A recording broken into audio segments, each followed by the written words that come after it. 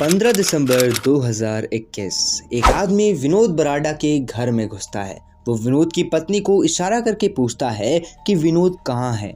फिर वो विनोद के कमरे में जाता है जहां विनोद आराम कर रहा था। वो विनोद को बिस्तर से नीचे उतारता है और उसकी बैकबोन में एक गोली मारता है और फिर सीधा उसके सिर में गोली मारता है, जिसकी वजह से विनोद की ऑन द स्पॉट डेथ हो जाती है। विनोद की पत्नी भागते हुए बाहर जाती है और फिर आस पड़ोसी सब मिल करके वो इंसान को पकड़ के पीटना शुरू कर देते हैं। तो वो इंसान बोलता है कि जो मेरा काम था वो मैंने कर लिया, अब मुझे मार के कोई फायदा नहीं। लेकिन वो आदमी कौन था जिसने विनोद की पत्नी को इशारा किया और फिर उसके ही हस्बैंड को मार दिया? तो ये सब की शुरुआत होती है हरियाणा पानीपत से, जहां एक विनोद बराडा नाम का बिजनेसमैन अपनी पत्नी निधि बराडा और अपने 2 बच्चों के साथ रह रहा था। उनका कंप्यूटर सेंटर का बिजनेस था, तो उनके पास पैसों की कोई कमी नहीं थी। सब कुछ अच्छा चल रहा था।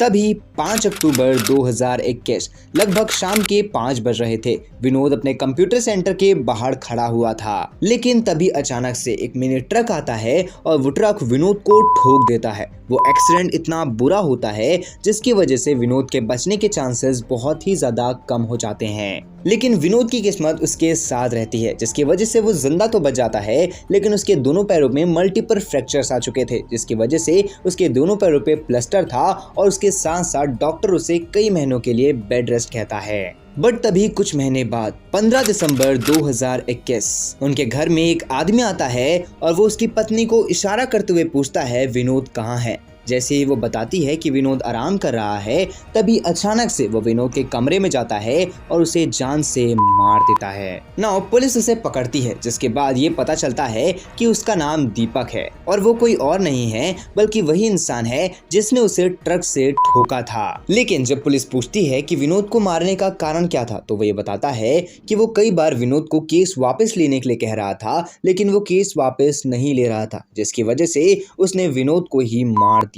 नाउ पुलिस को भी ये बात के ऊपर बिलीव हो जाता है कि विनोद को मारने का जो कारण था वो यही होगा, जिसकी वजह से जो दीपक रहती है उसे सजा हो जाती है और ये केस को बंद कर दिया जाता है। लेकिन हकीकत में इसके पीछे की कहानी कुछ इतनी ज्यादा अजीब थी जिसके बारे में कोई भी इंसान सोच नहीं पाता। 2 साल बीतने के बाद जनवरी 2024 हरियाणा के पानीपत में एक न्यू एसपी आता है, जिसका नाम था अजीत सिंह शेखावत। एसपी बनने के कुछ दिनों के बाद उनके पास फौरन से एक मैसेज आता है, जिस मैसेज में ये लिखा हुआ था कि मुझे मालूम है मेरे भाई की हत्या किसने करी है। नाउ जो एसपी शेखावत सर रहते हैं वो ये मैसेज को रीड करते हैं और उस इंसान से कांटेक्ट करने की कोशिश करते हैं जिन्होंने ये मैसेज भेजा था। तो पता चलता है कि वो इंसान कोई और नहीं बल्कि विनोद का छोटा भाई है जो यूएस में रहता था। विनोद का भाई शेखावत सर से ये कहता है कि मैं जानता हूँ मेरे भाई की हत्या वो ट्रक ड्राइवर ने नहीं करी है बल्कि किसी और ने करी है, इसीलिए वो रिक्वेस्ट करता है कि वापस से उसके भाई के केस को ओपन किया जाए। और यहाँ पर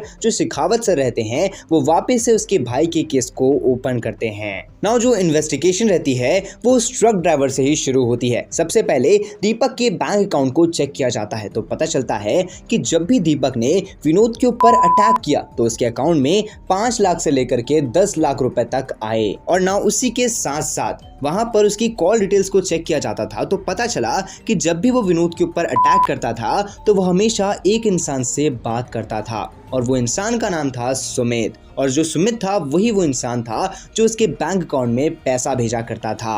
नाउ जो पुलिस रहती है वो सबसे पहले सुमित की इंफॉर्मेशन निकालती है, तो पता चलता है कि जो सुमित है वो पानीपत का ही एक जिम ट्रेनर है। उसकी खुद की सप्लीमेंट की शॉप है और सबसे ज्यादा शॉकिंग बात यह है कि वो एक नंबर से हमेशा बात करता है और वो नंबर किसी और का नहीं बल्कि विनोद की पत्नी निधि का है। नाउ वेल पता चलता है कि जो निधि है वो अपने बैंक से 5 से 10 लाख रुपए तक सुमित को भेजती थी और सुमित अपने बैंक से 5 से 10 लाख रुपए वो ट्रक ड्राइवर यानी कि दीपक को भेजता था। नाउ जो पुलिस रहती है वो निधि और सुमित ये दोनों को कस्टडी में लेती है और इनसे इन्वेस्टिगेशन यानी कि इंटरोगेशन करती है, जिसमें पुलिस सबसे पहले पूछती है कि सुमित और निधि तुम दोनों का रिलेशन क्या है। तो वो बताते हैं कि हम दोनों बॉयफ्रेंड गर्लफ्रेंड है, यानी कि जो निधि थी उसकी शादी के बाद भी उसका एक्स्ट्रा मैरिटल अफेयर था सुमित के साथ। फिर वो दोनों ये बताते हैं कि जैसे ये बात विनोद को पता चली तो विनोद काफी ज्यादा प्रेशर बनाने लग गया था निधि के ऊपर। वो निधि को रोका करता था, टोका करता था और बार बार उसे समझाया करता था कि उनके 2 बच्चे हैं,